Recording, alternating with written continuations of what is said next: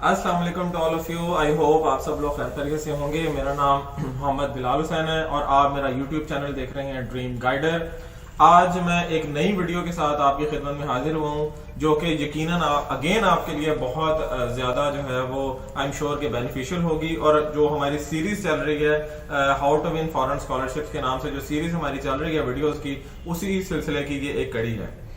इस particular video के अंदर मैं आप लोगों के साथ डिस्कस करूंगा कि कौन कौन से ऐसे इंपॉर्टेंट डॉक्यूमेंट्स हैं जो कि फॉरेन स्कॉलरशिप एप्लीकेशन के लिए लाजमी तौर पर रिक्वायर्ड होते हैं। अगेन ये जनरल टाइप के डॉक्यूमेंट्स हैं, इसके अलावा भी कुछ और डॉक्यूमेंट्स हो सकते हैं जो कि मैं इंशाल्लाह ताला आगे भी जो है वो शेयर करूंगा आप लोगों के साथ मजीद वीडियोस के अंदर, क्योंकि हर जो स्कॉलरशिप है उसकी एप्लीकेशन की कुछ बेसिक रिक्वायरमेंट्स होती हैं, कुछ पर्टिकुलर रिक्वायरमेंट्स होती हैं। तो आज जो मैं आप लोगों के साथ डिस्कस करूंगा वो हर स्कॉलरशिप प्रोग्राम की बेसिक रिक्वायरमेंट्स होती हैं मेनली, जिनको आपने फुलफिल करना होता है, तभी आप उस पर्टिकुलर फॉरेन स्कॉलरशिप प्रोग्राम के ऊपर अप्लाई सक्सेसफुली कर सकते हैं।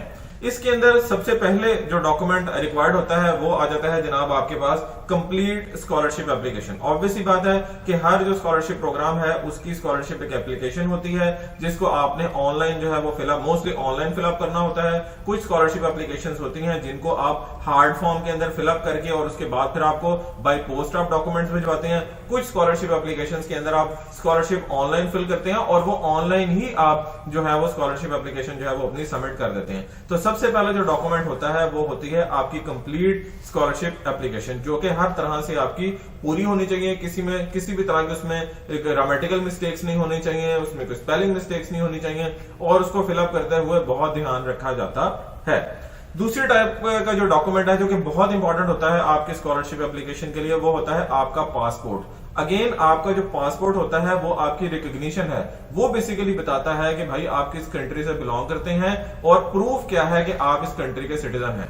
तो अगर हम विद इन पाकिस्तान की बात करें तो वहां पे ID card, national identity card आपका चलता है, लेकिन अगर हम फॉरेन की बात करें तो वहां पे आपका पासपोर्ट जो है वो मैटर करता है, जिसपे आपका वीजा भी स्टैंप होता है। तो उसकी कॉपी जो है वो आपने लाजमी तौर पर अपने स्कॉलरशिप एप्लीकेशन के साथ जो है वो अटैच करनी है। और अगर कोई भी बच्चा अगर वो बाहर ऑब्वियसली जाना चाहता है, स्कॉलरशिप विन करना चाहता है, तो उसके लिए जरूरी है कि उसका पासपोर्ट जो है वो बना हुआ हो। उसकी कॉपी भी आपने स्कॉलरशिप एप्लीकेशन के साथ लाजमी अटैच करनी है। तीसरा जो डॉक्यूमेंट्स आपके पास आते हैं वो होते हैं आपकी अटेस्टेड कॉपीज आपकी ट्रांसक्रिप्ट्स की। जितनी भी आपके ट्रांसक्रिप्ट्स हैं, चाहे वो आपकी मैट्रिक की है, चाहे वो आपकी एफएससी की है, चाहे वो आपकी बीएस ऑनर्स की है, चाहे वो आपकी एमएस ऑनर्स की है, जितनी भी कंप्लीट ट्रांसक्रिप्ट्स हैं इनके अंदर आपकी डीएमसीज भी शामिल होती हैं जिनको हम डिटेल मार्क सर्टिफिकेट्स बोलते हैं। इनके अंदर आपके जितने भी कंप्लीट सेट ऑफ डॉक्यूमेंट्स हैं जो कि आपके इस एजुकेशनल के कैरियर के दौरान आपने हासिल किए होते हैं, ये सब के सब आपने रेलिवेंट डिपार्टमेंट से अटेस्ट करवाने होते हैं और उसके बाद वो आपने अपनी स्कॉलरशिप उनकी अटेस्टेड कॉपीज आपने स्कॉलरशिप एप्लीकेशन के साथ लगानी होती है। अगेन मैं बता रहा हूं कि हर जो स्कॉलरशिप एप्लीकेशन है उसका बेसिक क्राइटेरिया सेम होता है और कुछ स्कॉलरशिप एप्लीकेशंस हैं जिनमें कुछ पर्टिकुलर रिक्वायरमेंट्स भी होती हैं जिनके बारे में भी आगे मैं जिक्र करूंगा। नेक्स्ट जो इंपॉर्टेंट डॉक्यूमेंट है जो कि तकरीबन हर स्कॉलरशिप एप्लीकेशन का पार्ट होता है वो होता है आपका स्टेटमेंट ऑफ मोटिवेशन, जिसको हम स्टेटमेंट ऑफ पर्पस का भी नाम देते हैं, जिसको हम मोटिवेशनल लेटर का भी नाम देते हैं और जिसको हम लेटर ऑफ मोटिवेशन का नाम भी देते हैं। ये हर स्कॉलरशिप एप्लीकेशन की डिमांड होती है कि लाजमी तौर पर आपने इस पर्टिकुलर डॉक्यूमेंट को भी फिलअप करना है, ये लाजमी होती है। ठीक है जी। उसके बाद जो नेक्स्ट डॉक्यूमेंट है वो आ जाता है आपका लेटर ऑफ रिकमेंडेशन, या जिसको हम रेफरेंस लेटर भी बोलते हैं। ये वो डॉक्यूमेंट होता है जो कि आपके प्रोफेसर आपको देते हैं। इसके हवाले से मैं हर डॉक्यूमेंट के हवाले से वन बाय वन इंशाल्लाह ताला अगले सेशन में आपसे डिस्कस भी करूंगा, इंफॉर्मेशन भी शेयर करूंगा कि आप हर डॉक्यूमेंट कैसे बना सकते हैं। तो ये वाला जो पर्टिकुलर डॉक्यूमेंट है जिसको हम लेटर ऑफ रिकमेंडेशन या रेफरेंस लेटर का नाम देते हैं, ये भी हर स्कॉलरशिप एप्लीकेशन की डिमांड होता है कि ये आपके डॉक्यूमेंट्स के साथ लगा होना लाजमी है। उसके बाद फिर आ जाता है आपके पास आपका सीवी या रेज्यूमे। अगर आप यंग स्टूडेंट हैं या यंगस्टर हैं तो तब आप जनाब अपने रेज्यूमे अटैच करेंगे अपने स्कॉलरशिप एप्लीकेशन के साथ। और अगर आप एक प्रोफेशनल हैं और आपको जॉब करते हुए कुछ अर्सा गुजर चुका है, 2 साल 3 साल 4 साल या 5 साल का, तो फिर आप अपना सीवी जिसको हम करिकुलम विटाए बोलते हैं वो आपने लाजमी तौर पर अपनी स्कॉलरशिप अपडेटेड फॉर्म में अपनी स्कॉलरशिप एप्लीकेशन के साथ आपने अटैच करनी है। उसके बाद हम चलते हैं अगले डॉक्यूमेंट की तरफ, जो कि आपके स्कॉलरशिप एप्लीकेशन के साथ लाजमी तौर पर मौजूद होना चाहिए। वो होती हैं जनाब आपकी स्टैंडर्डाइज्ड टेस्ट स्कोर्स। अगेन ये टेस्ट स्कोर्स क्या हैं कि अगर कोई पर्टिकुलर स्कॉलरशिप है जो कि ये डिमांड करता है कि भाई आपने जीआरई इंटरनेशनल क्लियर करना है, जिसको हम ग्रेजुएट रिकॉर्ड एग्जामिनेशन बोलते हैं, जीआरई इंटरनेशनल आपने लाजमी तौर पर क्लियर करना है, तभी आप इस पर्टिकुलर स्कॉलरशिप के ऊपर अप्लाई कर सकते हैं।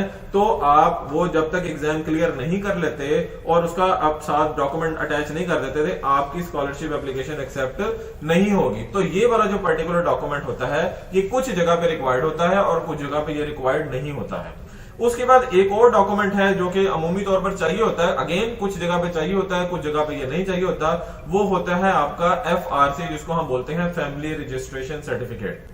ठीक है जी, अगेन मैं बता रहा हूं कि हर जो स्कॉलरशिप एप्लीकेशन होती है उसकी अपनी रिक्वायरमेंट है, उसका अपना हिसाब किताब है। तो कुछ जगह पे ये जो पर्टिकुलर FRC जिसको हम बोलते हैं फैमिली रजिस्ट्रेशन सर्टिफिकेट, कुछ जगह पे ये रिक्वायर्ड होता है, कुछ जगह पे ये रिक्वायर्ड नहीं होता है। और ये FRC होता क्या है? ये बेसिकली ऐसा डॉक्यूमेंट है जो कि नादरा से बनता है, और चूंकि इसका नाम ये है फैमिली रजिस्ट्रेशन सर्टिफिकेट, तो बेसिकली इसके अंदर आपकी फैमिली से रिलेटेड जो आपके जितने मेंबर्स हैं, फैमिली मेंबर्स हैं, उनकी सारी डिटेल, उनके आईडी कार्ड नंबर और ये सब चीजें जो हैं वो उसके अंदर मौजूद होती हैं। और इनकी डिटेल्स मैं आगे अगले सेशन में वन बाय वन इंशाल्लाह ताला आप लोगों के साथ शेयर भी करूंगा।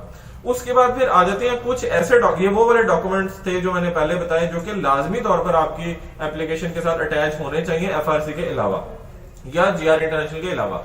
लेकिन कुछ डॉक्यूमेंट्स ऐसे हैं जो कि ऑप्शनल होते हैं, जैसे कि मैंने अभी FRC का बताया, फैमिली रजिस्ट्रेशन सर्टिफिकेट, हो सकता है ये चाहिए हो सकता है ये ना चाहिए हो।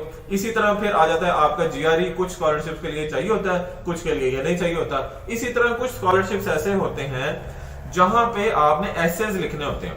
ठीक है जी, जैसे चीवनिंग स्कॉलरशिप प्रोग्राम है यूके का, उसके अंदर आपने एसेज जो है ना वो लिखने होते हैं। उनकी बेसिक रिक्वायरमेंट क्या है, वो आपने कैसे लिखने हैं, ये एक अलग टॉपिक है।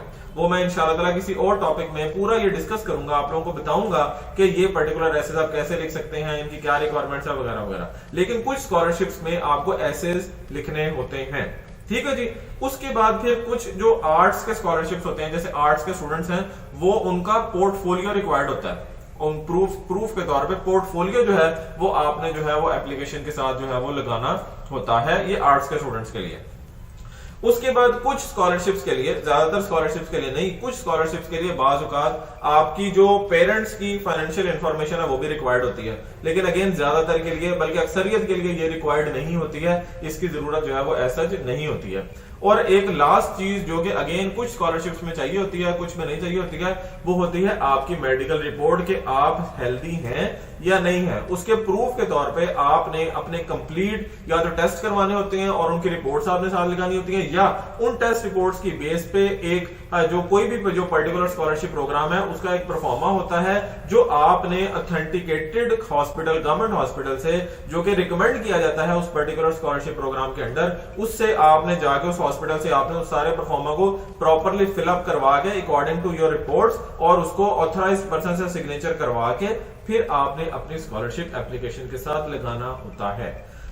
ये कुछ जनरल डॉक्यूमेंट्स थे, कोई 8-10 डॉक्यूमेंट्स हैं जिनका बताया, जिनमें कुछ ऐसे डॉक्यूमेंट्स हैं जो कि ऑप्शनल हैं, कुछ ऐसे डॉक्यूमेंट्स हैं जो कि कंपलसरी हैं। लेकिन ये सब के सब डॉक्यूमेंट्स जो हैं इनका तैयार होना और आपकी स्कॉलरशिप एप्लीकेशन के साथ होना जो है वो जरूरी है, अगर वो आपकी स्कॉलरशिप एप्लीकेशन की रिक्वायरमेंट में आते हैं। आई होप कि आप लोगों ने आज के सेशन को एंजॉय किया होगा, ये इंफॉर्मेशन आपके लिए यूजफुल रही होगी। अगर आपको लगे कि यार ये यूजफुल इंफॉर्मेशन जो है ये इंफॉर्मेशन जो है ये आपके लिए यूजफुल है, तो काइंडली इस वीडियो को उन लोगों के साथ जरूर शेयर कीजिएगा जिनको इसकी जरूरत है, ताकि सदका जारिया का ये प्रोसेस जो है वो ऐसे ही कंटिन्यू रहे। और इंशाल्लाह ताला नेक्स्ट मैं अगले टॉपिक के साथ आपके खिदमत में हाजिर होऊंगा नेक्स्ट वीडियो में। काइंडली मेरे चैनल ड्रीम गाइडर को जरूर सब्सक्राइब कीजिएगा, बेल आइकन को जरूर प्रेस कीजिएगा, ताकि मेरी हर नई आने वाली वीडियो आप तक जो है वो बआसानी पहुंच सके। अपना बहुत सा ख्याल रखिएगा, मुझे दुआ में याद रखिएगा। जज़ाकल्लाह एंड अल्लाह हाफिज।